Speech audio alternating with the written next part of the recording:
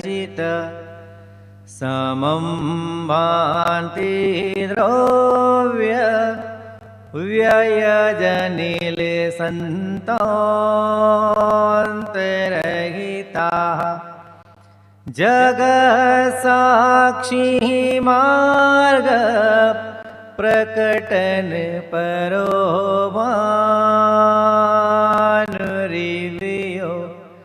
महावीर स्वामी नयन पथगामी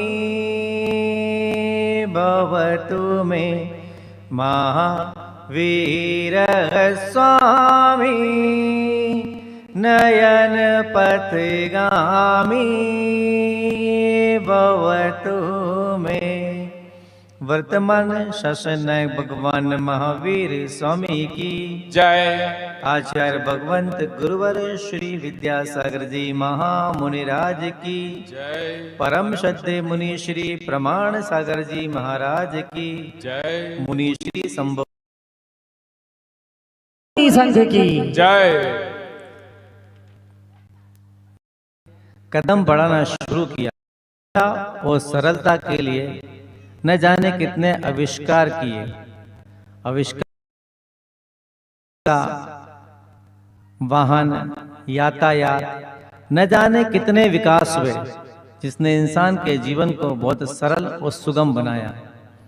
हम अतीत के पन्नों को अगर पलट कर देखते हैं तो वो समय था भोग भूमि का, जब वहां के समय कभी टिक कर रहता नहीं, वो हमेशा विकासशील होता है, आगे बढ़ जाता है।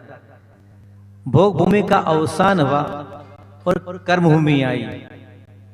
कर्म भूमि के आते ही इंसान के जीवन की सारी गई। जब भौगोलिक परिस्थितियां बदली तो समाज ने विकास के लिए शुरू किया। की जाए समझा जाए कुलकर थे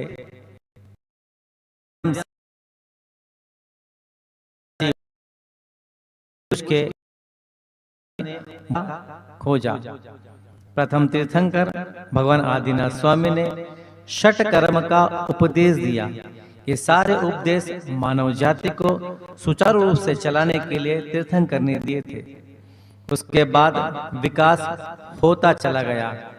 आज के 21वीं सदी में हम लोग जीते हैं। वो न जाने रोज नए नए इन्वेंशन, नई नई डिस्कवर्ड या खोज हम देखते हैं और आश्चर्य भी करते हैं कि इतना दुनिया बदल गई। अभी छोटा सा इंस्ट्रूमेंट लगा है सामने, एक छोटी से इंस्ट्रूमेंट ने पूरी दुनिया आपके हाथ में दे दी। अब भी हम बोल रहे हैं, सब बैठे हैं, न जाने यहाँ तो लोग सुन रहे हैं बैठे बैठे, वो जो इसको देख रहे हैं वो लोग कितने सुन रहे होंगे इसको। तो आविष्कार ने इंसान के जीवन को कितना इजी बना दिया। आप कहीं भी हैं, अपना सारा काम किसी एक इंस्ट्रूमेंट के माध्यम से कर सकते हैं। आप बाहर से आते हैं, आपका निवास स्थान यहाँ से 500 किलोमीटर है, आप सोचते हैं आज मुनि महाराज के दर्शन करने जाना है। विचार आता है तो ये विचार आता कैसे जाएंगे, क्यों? अरे जाएंगे, साधन तो चाहिए, वो तो ऑलरेडी प्रेजेंट है, हमारे पास गाड़ी है ना महाराज। ये भी तो खोज की देन है, गाड़ी चल दी है। मतलब को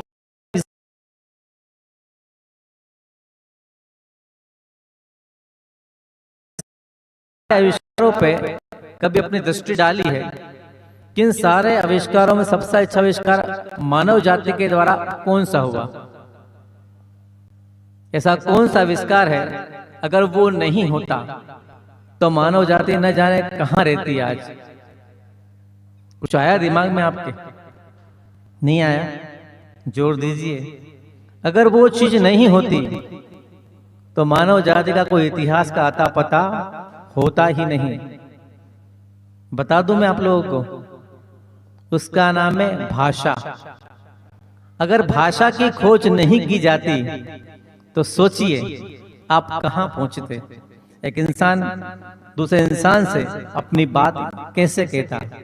अगर भाषा हमारे पास नहीं होती तो आज हम प्रकृति ने जो हमारे अंदर ध्वनि दी है, जो पशु पक्षी के पास होती आभाषात्मक ध्वनि, हम उसी के माध्यम से अपना जीवन यापन करते। पर कल्पना करके देखो, अगर भाषा नहीं होती और प्रकृति की दिव्य वरदान का हम उपयोग करते तो अपनी बात हम कैसे कहते? हमें कुछ कहना होता किसी दूसरे से तो हम चिड़िया की आवाज में बोलते, या है तो हमें कुछ अपने विवेक के द्वारा या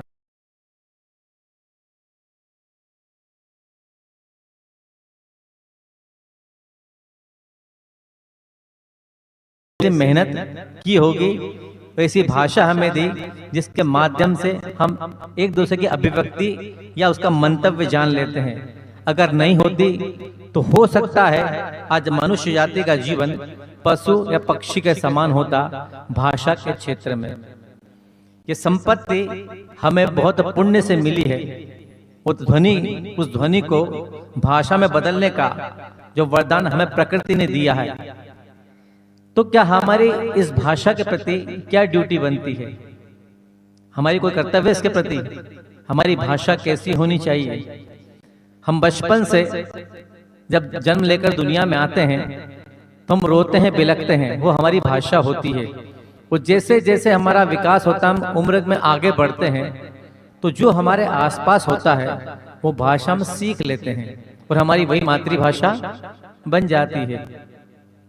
पर कभी ये सीखने का प्रयास किया कि हमें इस भाषा का प्रयोग कैसे करना चाहिए?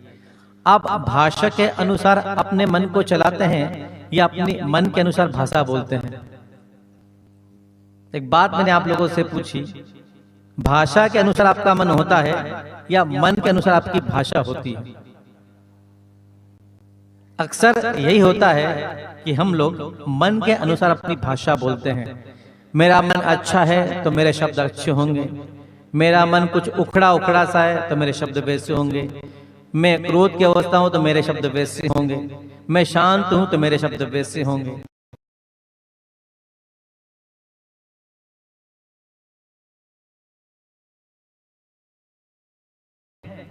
हम तो अपने मन की गुलामी को स्वीकार करके वैसी भाषा बोलते हैं मेरे बारे में और आपके बारे में। तो आप क्या कहें, अभी हमारा मन कैसा है? दूसरी बात पे भाषा के अनुसार, क्योंकि महाराज बोल रहे हैं और हम सुन रहे हैं। तो मैंने आपसे कहा, आपने मेरी भाषा को सुना, मेरे शब्दों को सुना, आपका मन मोटिवेट हुआ, चेंज हो गया। होना यही चाहिए, हमारी भाषा के अनुसार हमारा मन होना चाहिए। कभी भी हमसे गलती नहीं होगी। कोई हमसे कोई सवाल करता है तो हमारा जवाब कैसा होता है? मन के अनुसार।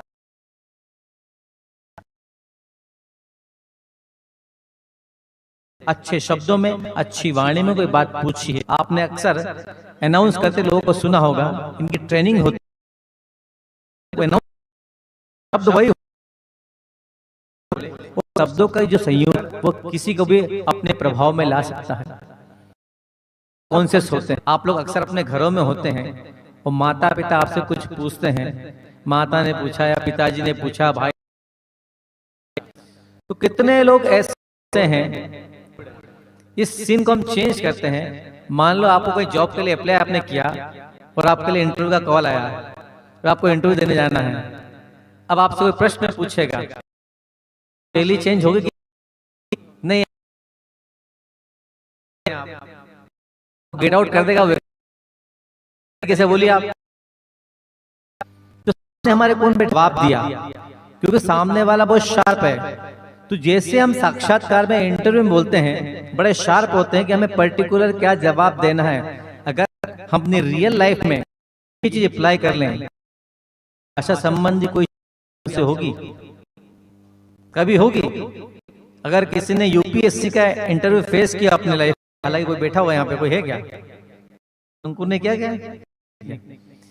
किसी न्यूली व्यक्ति से प्रश्न पूछते हैं, वो अप्रेंटिस है, 9 सीखा व्यक्ति सामने जो बैठा है, 8 जज की बेंच बैठी है, उससे प्रश्न पूछे जाते हैं। उस व्यक्ति से तब पूछना कि तू कैसे बोला, उसको आत्मा परमात्मा डिटेक्शन हुआ, इतना अच्छा फिर लोग क्या कहेंगे, कितनी बकवास करता है, कहेंगे ना आपसे लोग, कितनी बकवास करता है। तो ये तो सोचिए, अगर आपसे पूछा है तो आप बोलिए, अनावश्यक आपका तभी आप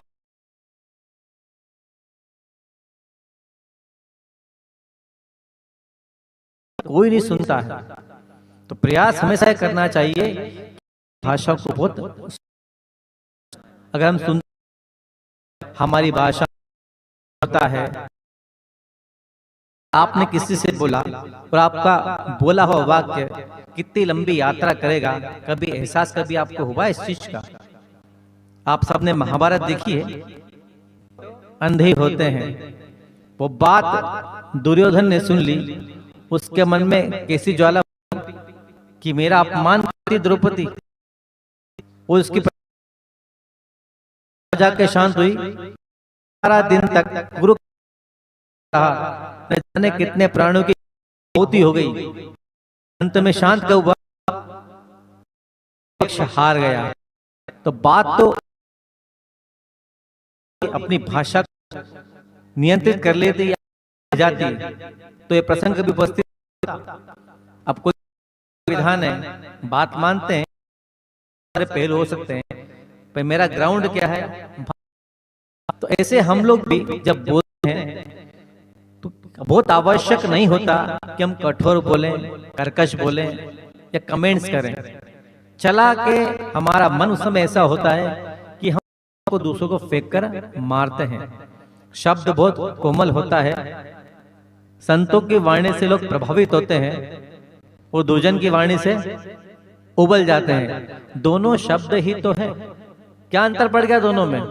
बस अंतर इतना है कि दोनों के लहजे में थोड़ा सा फर्क आ गया है।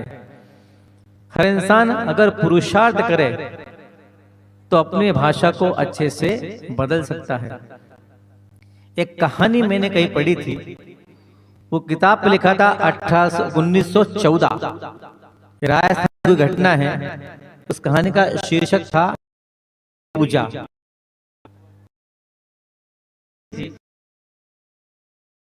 देवर अपने घर के दरवाजा होता है, वो भाभी से जोर से बोलता, भाभी जल्दी से 4 रोटी सेक दो, मुझे खेत पे जाना है। ये सीन गांव का है। तो भाभी अपने किसी काम में लगी होती है, वो ध्यान नहीं देती है। इतने में उसका भतीजा आता है, तो भतीजे से चाचा बोलता है कि मम्मी से, माँ से बोल दे कि 4 रोटी सेक के दे, मुझे खेत पे जाना है। वो जाता है, माँ काका कह रहे हैं उन्हें खेत पे जाना है, 4 रोटी सेक कर दे दो। तो माँ कुछ और मूड में रहती है, वो व्यंग्यात्मक लहजे में, लड़ने जाना है चाचा को, कहीं युद्ध लड़ने जाना है। वो भतीजा आके काका से बोल देता है कि माँ कह रही है कहीं युद्ध लड़ना है क्या? कि मुझे युद्ध लड़ना, मैं तो किसान हूं भाई, जल्दी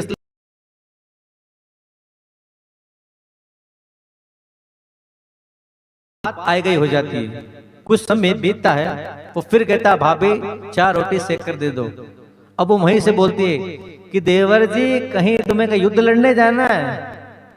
अब एक बार दो, वो घर के अंदर तेजी से जाता है और एक पुरानी तलवार निकालता है, उसको लेके घर से बाहर निकल जाता है।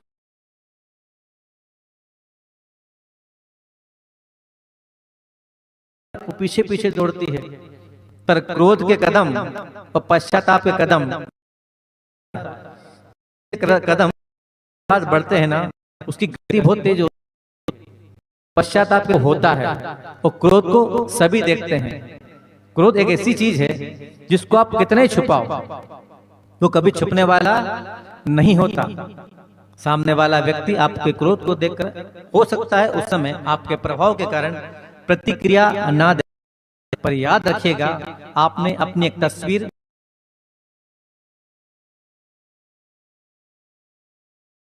आपसे और भी कुछ कह सकता है। उस समय आप तैयार रहिए कि मुझे सुनना पड़ेगा कि व्हाट्सएप, ये ध्यान रखिए, महिला की जितनी शक्ति उतनी तो भागेगी। एक जगह जाके वो रुक जाती है, वो देवर क्रोध में गांव के चला जाता है कि तुम्हें कहीं युद्ध लड़ने नाम था, चलते फौज में भर्ती कर लो, जबकि वो किसान है, उसने शस्त्र कभी उठाया ही नहीं अपने जीवन में, मुझे फौज में भर्ती कर लो। वो कहता है भाई तुमने कभी शस्त्र विद्या सीखी है कि मैं कुछ नहीं जानता, मुझे युद्ध लड़ना है। तो वो समझ जाता सूबेदार के क्रोध में कि ठीक ठीक बेटा समझते हैं। उसको देखता बड़ा हष्ट पुष्ट है, हर आदमी तो अच्छा युद्ध कर सकता है। उस ट्रेंड की करते हैं, मराठा सेना राजपूतों पे आक्रमण करती है। उस किले पे आक्रमण होता है जहां वो देवराज होता है, कि अभी तुम नए नए सैनिक हो, तुम बाहर मत निकलना, तुम किले के द्वार पर रहो, इसकी रक्षा करना, मैं जाता हूं युद्ध लड़ने के लिए।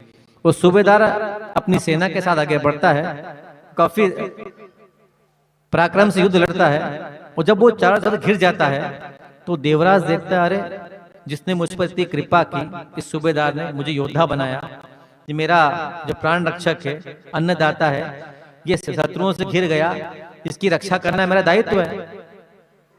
उसको बात याद आती कौन सी, वो भाभी वाली, कि कहीं तुम्हें युद्ध लड़ने जाना है, अब तुम युद्ध लड़ूंगा, मौका मिल गया मुझे। वो देवराज दोनों हाथों में तलवार लेता है, वो बीच सेना में घुस जाता है, दोनों हाथों से तलवार चलाता है। तो सूबेदार देखता मैंने इसे मना किया था कि बाहर मत निकलना, अभी ये नया नया है, कोई शत्रु आक्रमण कर देगा, इसके प्राण चले जाएंगे। पर न जाने उसमें कौन सा शोर होता है, वो अकेला व्यक्ति सो पे टूट पड़ता है और सो को धराशायी कर देता है। निरंतर प्रहार करता है ना, जन कितों को धराशायी करता है वो।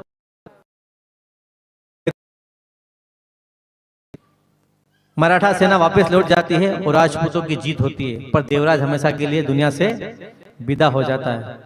जब सूबेदार ढूंढता कि मेरा मित्र गया कहां, तो युद्ध क्षेत्र में मात उसी गर्दन पड़ी मिलती है, उसका धड़ नहीं मिलता। अब खोज होती है कि देवराज की गर्दन तो मिली, पर देवराज कहां है। ये कहानी एक धर्म को जन्म देती है।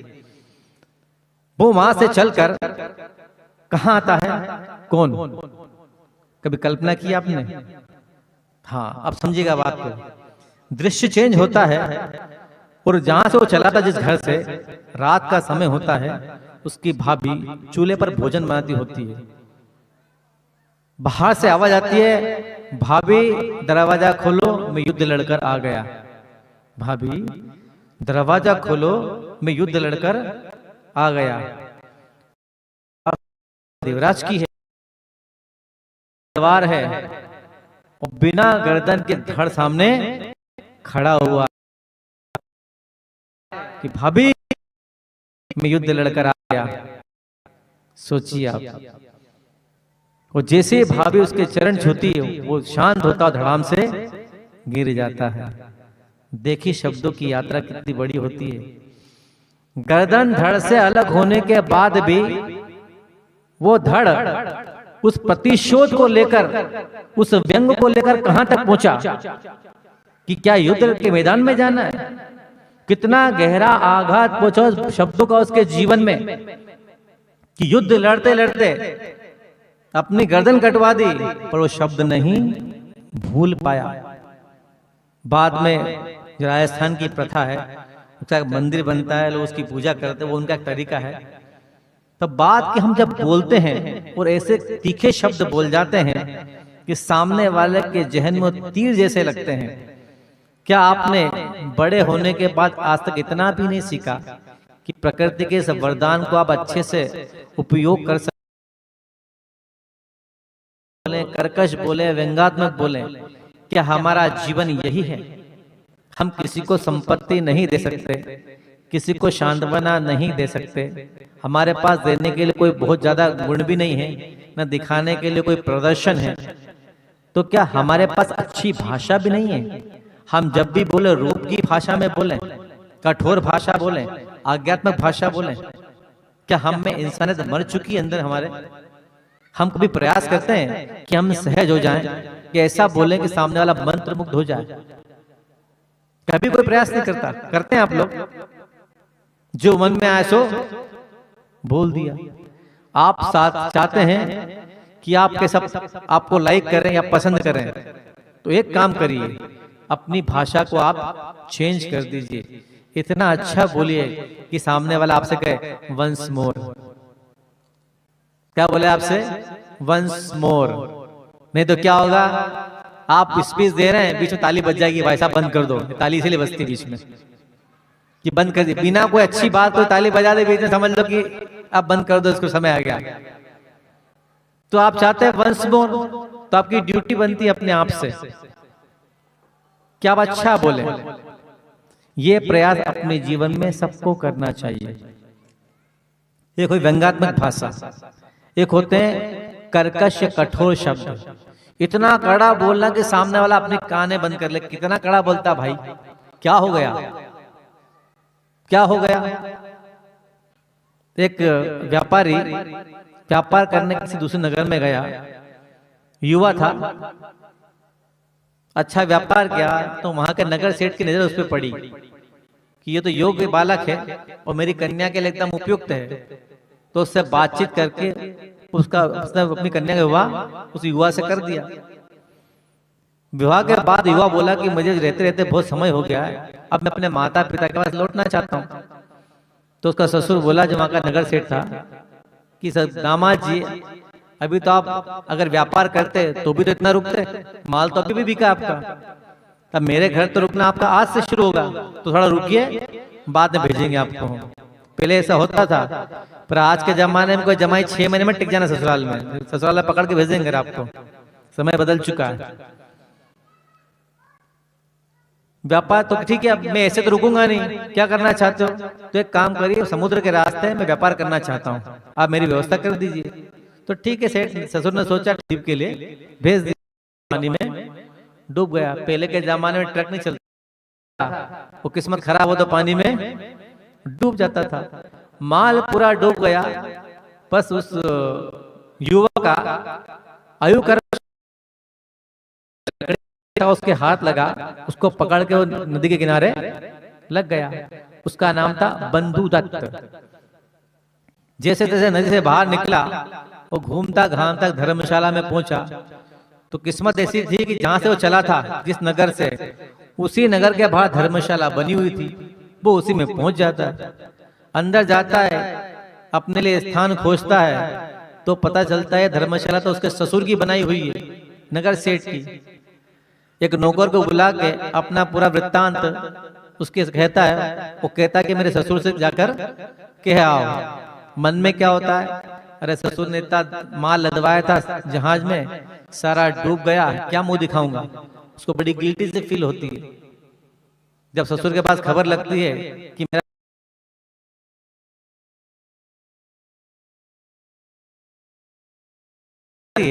जहां बंधु तो धर्मशाला में बैठा होता है, एक चोर तेजी से दौड़ता हुआ आता है और उसके पास एक रत्नों की चूड़ी गिराकर भाग जाता है। उस रत्नों की चूड़ी की तलाश में उसी समय कोतवाल वहां आता है। कोतवाल को जैसे ही रत्नों की चूड़ी बंधु के पास गिरी दिखती है, वो उसको पकड़ लेता है। अरे ये तो यही चोर है, मैं चूड़ी को ढूंढ रहा था, इसके पास मिली। वो उसको ले जाकर राजा के पास उपस्थित करता है कि राजन, इसने चोरी की है, इसकी क्या सजा है।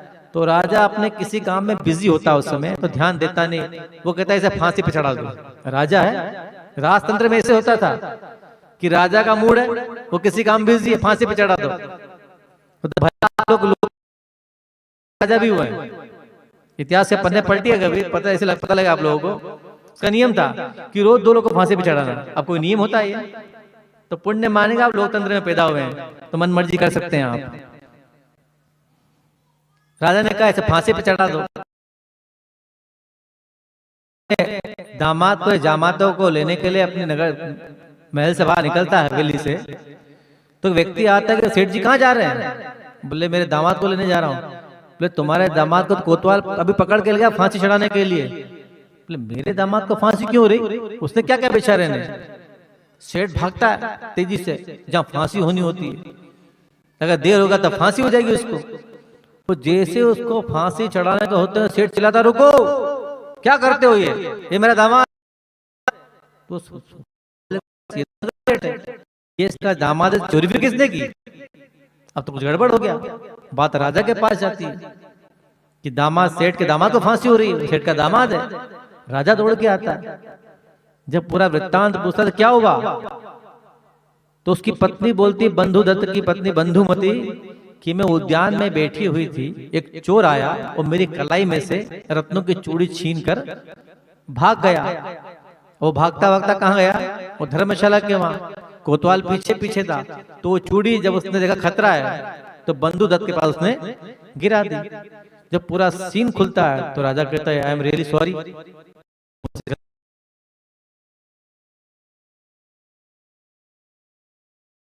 चोरी के इल्जाम में पकड़ा गया, फिर फांसी तक पहुंच गया, तो ऐसे मेरे कौन से अशुभ कर्म का उदय है? उसको वैराग्य अपने जीवन से आ जाता है। एक दिन उस नगर में अब कौन आने वाले हैं? अवधि ज्ञानी मुनि महाराज। हमारा आपका पुण्य तो कोई है नहीं कि दर्शन हो जाए ऐसे मुनि महाराज के। इतिहास के पन्ने पढ़ते तो बड़ा आनंद आता है कि कितने अच्छे मुनि महाराज होते होंगे, जो पूछो वो बता देते थे। तो पूरा परिवार उनके पास जाता है।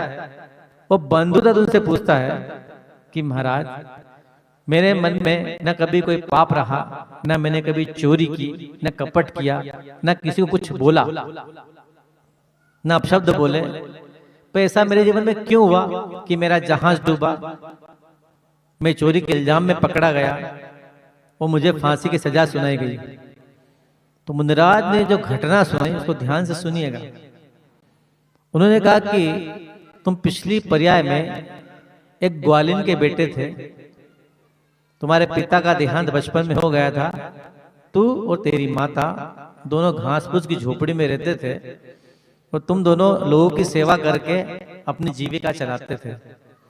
दोनों काम पे जाते और दोपहर के समय दोनों जब भोजन का समय होता अपनी कुटिया में आते और साथ में बैठ के भोजन करते थे। एक बार की घटना कि काम पे से बंधुदत्त जल्दी आया था। कौन? पूर्वबाई का बेटा। वो जल्दी आ जाता है और माँ का इंतजार करता कि माँ अब आएगी, माँ अब आएगी। उसको बड़ी जोर की भूख लगती है। जब माँ को काफी देर होती है और माँ आती है तो बड़े कठोर शब्दों में कहता है, क्या तुझे किसी ने पकड़ लिया था या सूले पे चढ़ा दिया था जो तू लेट आई है? जो तू लेट आई है? तो उसकी माँ भी थकी हारी रहती है। जब बेटा ऐसा कर्कश वचन बोलेगा, कठोर वचन बोलेगा, तो माँ को गुस्सा नहीं आएगा? आप लोग गुस्सा आता है ना, बच्चा ऐसा बोलता है, गुस्सा आता है, फिर क्या करते हैं आप लोग? आप भी उतना कठोर बोलते हैं। गिव एंड टेक सब इसके साथ ऐसा ही होता है। तो उसकी माँ कहती है, तेरी कलाई क्या किसी ने पकड़ ली थी जो तू छीके से भोजन उतार के खा नहीं सकता था? दोनों में काफी बातचीत होती है, काफी लड़ाई होती है। आसपास के लोग उसको शांत कर देते हैं। बेटे ने क्या बोला माँ से कि तू आने में इतनी लेट क्यों हो गई? क्या किसी ने तुझे सूली पर चढ़ाया था? और माँ क्या बोलती है उससे, क्या किसी ने तेरी कलाई पकड़ी थी जो छीके से भोजन उतार के तू खा नहीं सकता था? ये बात आई गई हो गई। उसके बाद उन्हें जीवन जिया होगा। अब इसी पर्याय में, जो पिछली पर्याय में माँ और बेटे थे, इस पर्याय में दोनों पति पत्नी बने। बेटा तो बना बंधुदत्त और माँ बनी उसकी पत्नी बंधुमती। अब क्या हुआ? तो मुनिराज ने कहा कि तुमने अपनी माँ से कहा था ना पिछली पर्याय में, क्या तुझे किसी ने सूली पे चढ़ा दिया था? बस उसी पाप, उस भाषा का प्रभाव था, वाणी का। ऐसा कर्म तेरे जीवन में बंधा, किस पर्याय में तुझे फांसी की सजा मिली। बंधुमती ने पूछा, मेरा कौन सा अपराध था? तो तुम उस पर्याय में माता थी, तुमने कहा था कि तेरी कलाई क्या किसी ने पकड़ ली थी तो छीके से भोजन नहीं निकाल सकता था? तेरी कलाई किसी ने पकड़ ली थी क्या? बस उसका यह प्रभाव था कि उसकी कलाई में से रत्नों की चूड़ी निकलकर बाहर चली गई। सोचिए आप, एक शब्द आप यहां बोलते हैं, वो शब्द कितनी लंबी यात्रा करता है, कितनी लंबी यात्रा करता है। अगली पर्याय तक आपका पीछा नहीं छोड़ता है। आप तो सोचते हमने बोल दिया तो बोल दिया। आपका फैसला हो सकता आज ना हो, इन शब्दों का फैसला बाद में भी होगा, पर्याय से पर्यायांतर तक भी हो सकता है। सावधान रहिएगा। कोई भी सिचुएशन आती है हम अपने अनुसार बोलते हैं, जो हमारे मन में आता है सो बोलते हैं। आपको अगर कर्मों की व्यवस्था पर विश्वास है तो थोड़ा सा अपनी वाणी को कंट्रोल कीजिएगा। अगर नहीं कर पाएंगे तो आपका वही हश्र हो सकता है जो बंधुदत्त और बंधुमती का हुआ होगा। मान ला कोई ऐसी बात है जिससे आपको इरिटेशन पैदा हो सकती है, आप चिड़चिड़ा आ सकती है, आप थोड़ा सा उस समय शांत रहें तो अपने लहजे को चेंज कर दें, तो यह बात आप अच्छे शब्दों में कह सकते हैं। फॉर द एग्जाम्पल, मैं एग्जाम्पल पहले भी सुना चुका हूँ। इंग्लिश डिक्शनरी के सबसे पहले राइटर डॉक्टर सैमुअल जॉनसन हुए, जिन्हें सबसे पहले डिक्शनरी लिखी थी।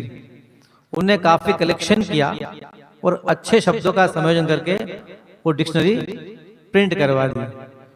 वो डिक्शनरी उनके विरोधी महिला खरीदती है, उसमें से जितने अश्लील वर्ड होते हैं वो पूरे निकालती है उनकी निंदा के भाव से, और एक पत्र लिखती है कि डॉक्टर जॉनसन, आपकी डिक्शनरी मैंने पढ़ी है, आप इतने ज्ञानी हैं, क्या आपको डिक्शनरी में ऐसे शब्द डालने का कोई अधिकार था या आपको शोभा देता है कि आप ऐसे शब्द डिक्शनरी में डालते हैं? आपको शोभा नहीं देता, आपको ऐसा कार्य नहीं करना चाहिए, क्योंकि वो उसकी निंदक थी, विरोधी थी। अब मैं आपसे पूछता हूं कि डॉक्टर सैमुअल जॉनसन की जगह आप हैं तो आप क्या जवाब देंगे? कि तुम आपके जैसे बहुत देखे मैंने, मेरी डिक्शनरी सब लोग पढ़ते हैं, मुझे पता है मैंने क्या लिखा है, मुझे मत समझाइए। आप यही कहेंगे ना, एक सामान्य व्यक्ति यही कहेगा। पर वो जीनियस था, क्या था वो? जिसने डिक्शनरी लिखी उसका दिमाग कितना होना चाहिए। उसने बड़े अच्छे तरीके से बड़ी प्रसन्न मुद्रा में एक पेड़ उठाया और एक पेन हाथ में लिया कि आपके द्वारा लिखा गया पत्र मुझे मिला और मुझे इस बात की बहुत खुशी है कि आपने मेरी डिक्शनरी को पढ़ा, मैं आपको धन्यवाद देता हूँ। और दूसरी बात जो आपने शिकायत की है उसका मैंने बहुत ध्यान से देखा, मैंने उसे, वो मुझे इस बात की खुशी है कि आपको डिक्शनरी में अपने पसंद के शब्द मिल ही गए। सोचिए आप, कितना सुंदर जवाब था सैमुअल जॉनसन का। और महिला बताओ क्या सोचेगी? ये दाएं बाएं देखेगी कौन सा उत्तर आया इसका। ये तो किसी को भी कोई आपसे सवाल करता है तो उसका उत्तर आप थोड़ा वेट कीजिए और ऐसे दीजिए कि सामने वाला का वाह आनंद आ गया। आप लोग देखते हैं ना, जिज्ञासा समाधान, शंका समाधान, हमारे पूज्य सुधा सागर जी महाराज, प्रमाण सही महाराज दोनों करते हैं। कोई भी उनसे पूछता है तो उस बात को सुन के कितने अच्छे जवाब देते हैं। हाँ लोग कहते हाँ ये बात सच है, तो उनके पास भी शब्द ही है और सबके पास शब्द ही है। अब तो बहुत सारे लोग मिलते हैं शंका समाधान वाले, नेट पे खोल के तो बहुत बाढ़ आई हुई एक तरह की। उनके पास क्या होता है, हम जब सुनते हैं ने ऐसा पूछा ने जवाब दिया, तो शब्दों की जो संयोजना होती है तो बड़ी अच्छी होती है।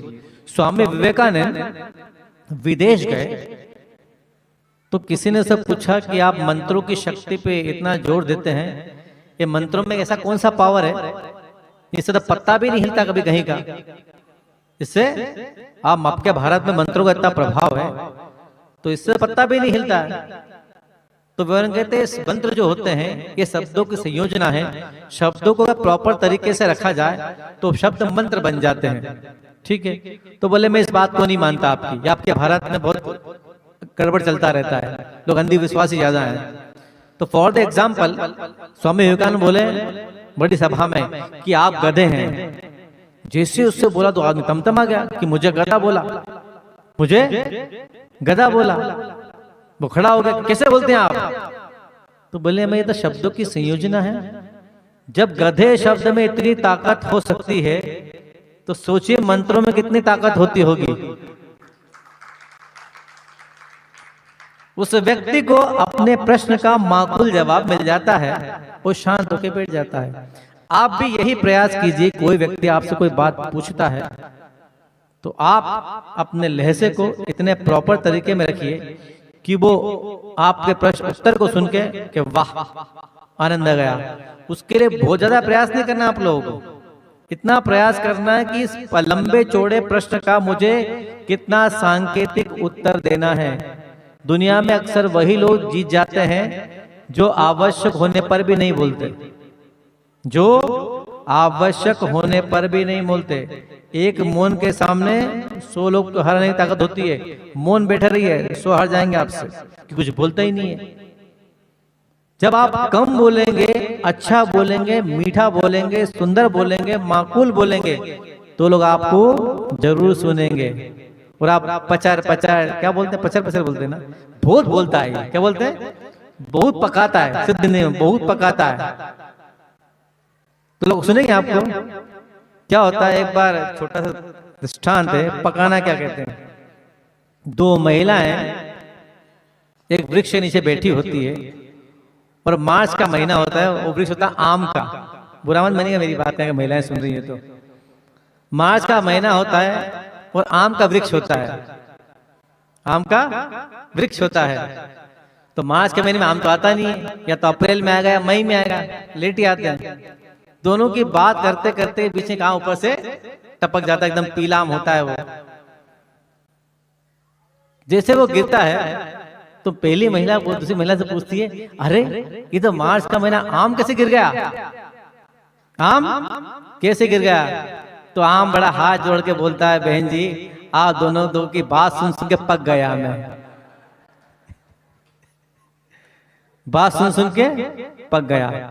तो अपनी वाणी को ऐसा मत बनाइए कि लोग आपकी बात सुनकर पक जाएं, ऐसा बनाइए कि लोग आप उसको ध्यान से सुने।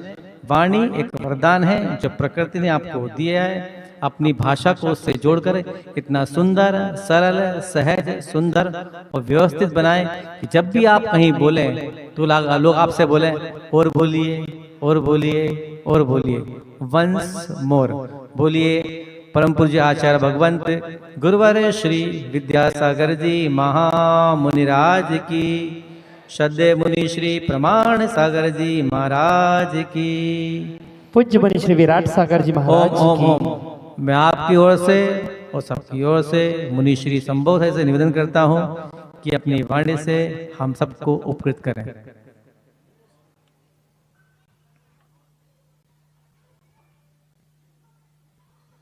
ओम नमः सिद्धेभ्यः, ओम नमः सिद्धेभ्यः। जय श्री ओम नमः सिद्धेभ्यः। चिंतामणि पासनाथ भगवान की, आचार्य गुरु एक विद्यासागर महामुनिराज की,